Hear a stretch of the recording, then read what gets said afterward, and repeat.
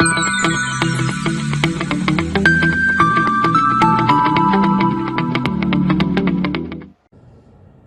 everyone, welcome to the video series lecture of thermodynamics. As you all know, we have completed the second law of thermodynamics, and today I am going to start a new topic which is related to the second law of thermodynamics, that is the entropy change. And in the second law of thermodynamics, we have already discussed about the absolute thermodynamic temperature scale and Carnot cycle. And after that,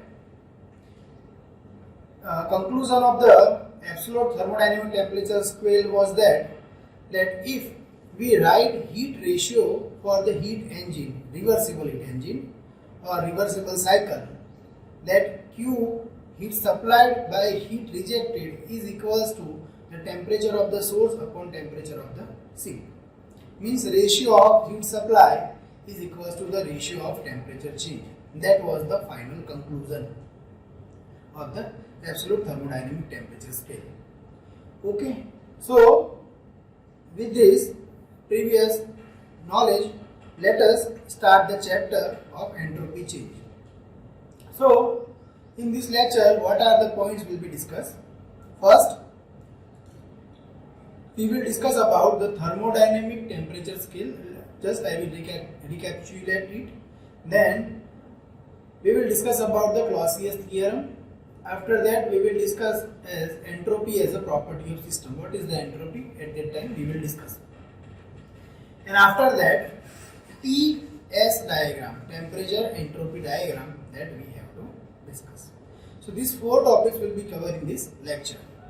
So let us quick revise what was the thermodynamic temperature scale. So if you want to write efficiency of any reversible heat engine, then or any thermal engine, we can write efficiency equals to work done upon heat supply. And work done means heat supply minus heat rejected. So finally you can write that heat supply minus heat rejected upon heat supply.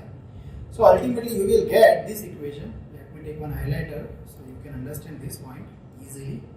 That for any heat engine, you can write the efficiency of heat engine is equals to 1 minus QR upon QS, that is the heat supply, heat rejected upon heat supply. And what is the heat rejected? Heat rejected will be at lower temperature, so we can also write QR as a QL, that is heat rejected at the lower temperature, and heat supplied by the higher temperature, so we can write instead of QS we can also write QH.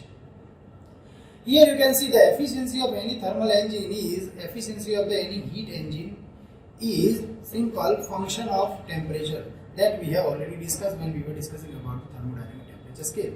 So just I am going to revise it. So it is the function of lower temperature and higher temperature. So we can write the ratio of heat that is QH upon QL. We can write as a ratio of temperature. So both will be equal. So that was the conclusion of thermodynamic temperature scale. This we have already discussed. Okay, so what is the QH upon QL? We can write as a TH upon TL. Ratio of heat transfer for any particular cycle or reversible cycle is equal to the temperature ratio. Okay, so the heat which is supplied by the higher temperature upon heat which is taken at the lower temperature, the ratio of that heat supply upon heat rejected is equal to that heat supplied temperature, that is the higher temperature upon lower temperature. Okay, so this was the final conclusion, but this is applicable only and only for the reversible cycle, okay, or reversible engine. This cannot be applicable for the real engine or real processes. Okay, so finally we can write efficiency as efficiency of reversible heat engine is equals to QL upon QH. Instead of writing QL upon QH, we can write TL upon TH. So this was the final conclusion, and with the help of this thermodynamic temperature scale, we can also come to the conclusion that here the efficiency does not depend on the substance. Okay, just it is depends on the temperature limits. Okay, so in between these two temperatures, if you put any n number of reversible engines, then all the reversible engines will having same efficiency.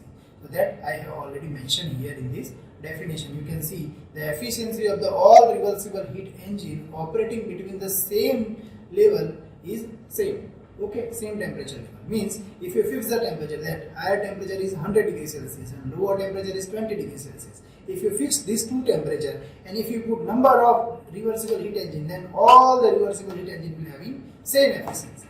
Okay, so that does not depend on the substance, that you have to remember. This is the final conclusion of the thermodynamic temperature scale. Okay, now I am going to the next topic, that is the Clausius theorem. So what is the Clausius theorem? Here you have to understand. So in Carnot cycle we have already discussed about that any cycle, in Carnot cycle particularly we will talk about the Carnot cycle. Why? Because it is the reversible cycle. In the Carnot cycle we have already discussed that in the Carnot cycle there were total 4 processes. In the 4 processes, 2 was isothermal and 2 was adiabatic. So one is the isothermal expansion, then adiabatic expansion, isothermal compression, adiabatic compression. So this was the total 4 process, and through that 4 process we have generated one cycle that was known as the Carnot cycle. So here what we have taken, this is the Clausius theorem. So in the Clausius theorem what we have taken, we have, this is one cycle. Okay, here you can see this round, you can see this round is one cycle. Okay, and we can convert this one cycle into number of cycle, into n number of, we can divide this entire one cycle into the n number of cycle by creating 4 processes. So here you have to understand this point. Okay, here you can see here, this is our first cycle. Okay, this is process number 1. Okay, after that this is the process number 2. Just I am going to highlight it. You can see this is process number 3 and this is process number 4. So this is our one cycle number 1. In one cycle you can see here there are 2 processes, that is temperature T1. Here for this yellow color highlighted mark you have to see. Okay, this is our first cycle. In first cycle you can see this is one process. Okay, and for this process this is one first isothermal expansion process. After isothermal expansion we know that what is happen in the Carnot cycle, adiabatic expansion. So here you can see this process. In this process heat transfer is 0. Okay, so A to B and B to C. Here A to B, this A to B cycle is the isothermal expansion process. After that this B to C process is the adiabatic expansion process. After that what we are doing, C to D. So C to D is the again isothermal compression process, and this D to A, again this process is the adiabatic compression process. Okay, so the Carnot cycle, just we have divided the entire cycle into n number of Carnot cycles. Okay, or n number of reversible cycles, in which what happens, there are 2 isothermal. Here you can see A to B and this C to D. Let me take one pen so you can understand this point. This is very important point to understand the concept of entropy. Okay, this is C to D, this one process C to D, and this another A to B. These both are A and B. These both are the reversible isothermal processes. Okay, so during A to B and C to D the heat transfer is possible. So you can see here during process A to B, now I am again taking highlighter. Here you can see during process A to B heat is going into the system. Here you can see during process A to B heat is going into the system, and during process C to D heat is going out of the cycle, out of the process. Okay, now between these 2 processes, that is D to C and D to A, in this process these 2 processes are the adiabatic. So during adiabatic process work is done. Okay, so here I am again recapitulate all the things, that during A to B, that was the isothermal process, isothermal expansion process. Because of the expansion we have to supply heat. So during process A to B we are going to supply the heat. During process C to D, that was the isothermal compression process. So the heat is rejected from the system. And in between these 2 processes there is 2 processes, that is the B to C, that was the adiabatic expansion process, during which the work will be supplied, and D to A, that is the adiabatic compression process. So we have to give work on the system. So this is one cycle. These are the 4 processes. Now based on that 4 processes we can write this, that during first process A to B, just focus on the first process A to B, during this process the heat is supplied. So for that we can write that dq1 upon T1 according to the thermodynamic temperature scale. Similarly dq2 upon T2. Okay. Now if the heat supply is taken as a positive and heat rejected taken as a negative, then we can write like this. Okay, is equals to 0. Now similarly for the n number of cycle we can write for second cycle. This is the first cycle. Okay. Now let me take one again highlighter. Okay. Now if you move to this second cycle, okay, let us take the red color. So here you can see this was your second cycle. This is your second cycle. This is your second cycle. This red color cycle is your second cycle. Okay. So this is your second cycle. Okay. Now this is your third cycle. I am going to highlight all the cycle. Okay. This is your third cycle. Here you can see this is your third cycle.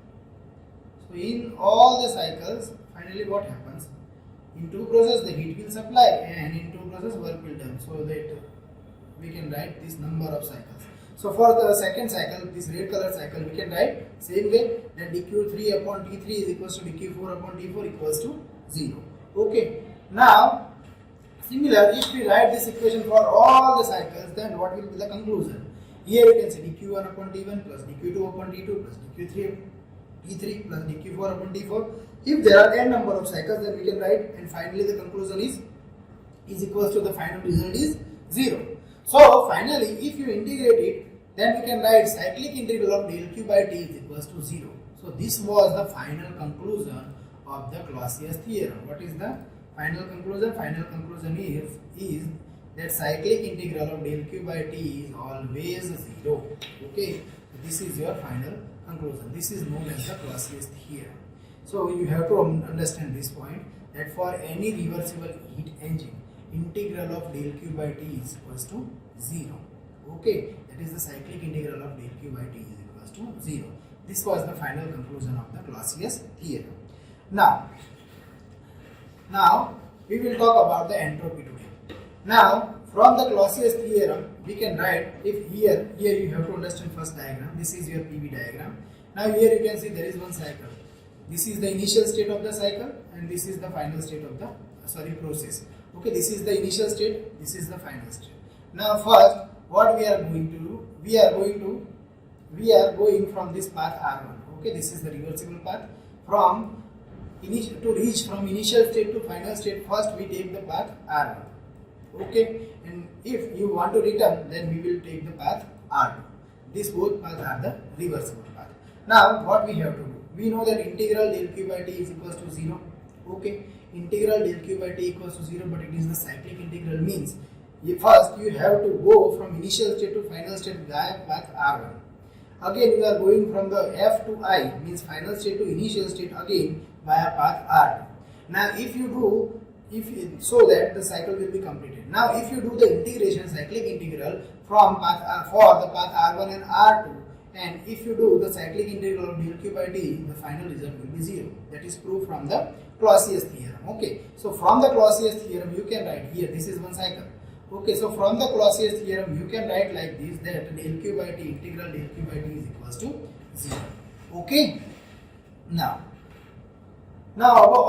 this equation can be, we can categorize this equation by, we can write this equation from process by process. So we can write like this, that if we are moving from initial state to final state, then we can write dq by t for the process R1. Again we can write for the R2, that is from the final state to initial state we are moving, that is del q by t is equals to 0.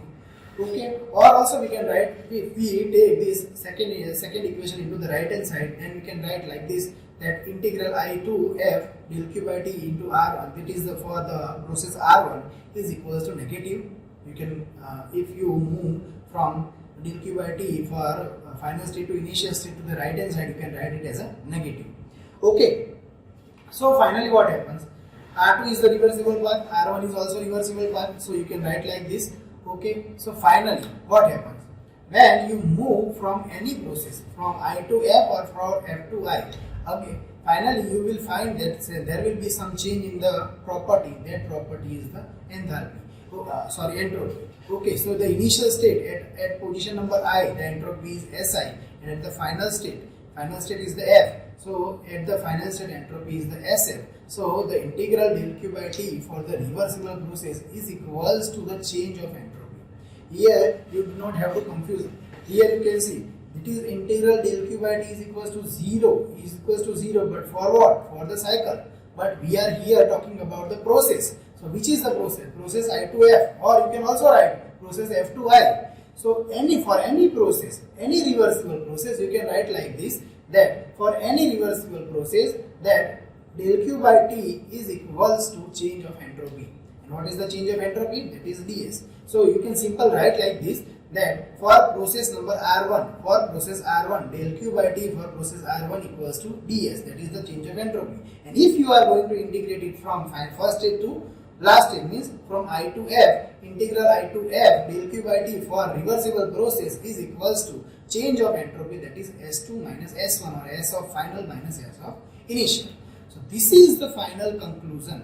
Okay. So just you have to understand here the entropy in terms of point function. Okay, here you can see.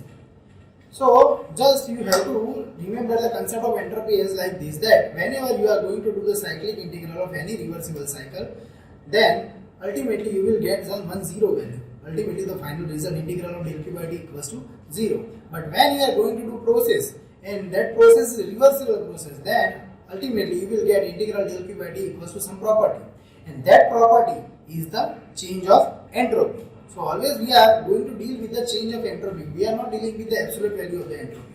Just we are dealing with the change of entropy. Means whenever any processes occur, that process must be reversible process. Okay. So whenever any processes occur, that process is a reversible process, and if you do the integration for that reversible process of del Q by T, then ultimately you will get some property, and that property is known as the entropy. And that entropy is the SF minus SI, means final entropy minus initial entropy. That is the change of entropy. Done?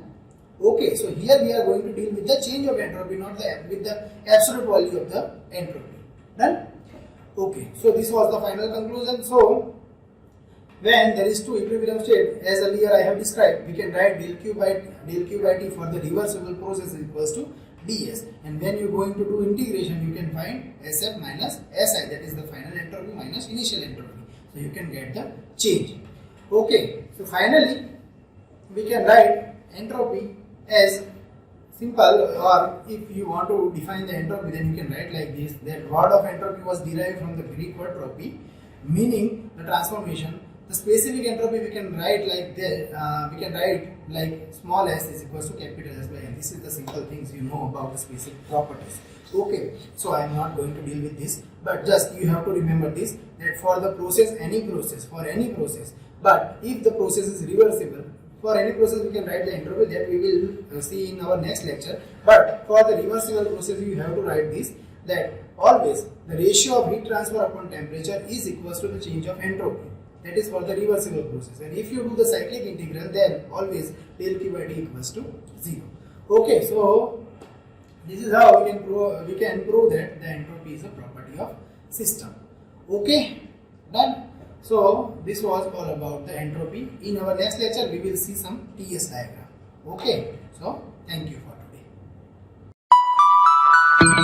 today.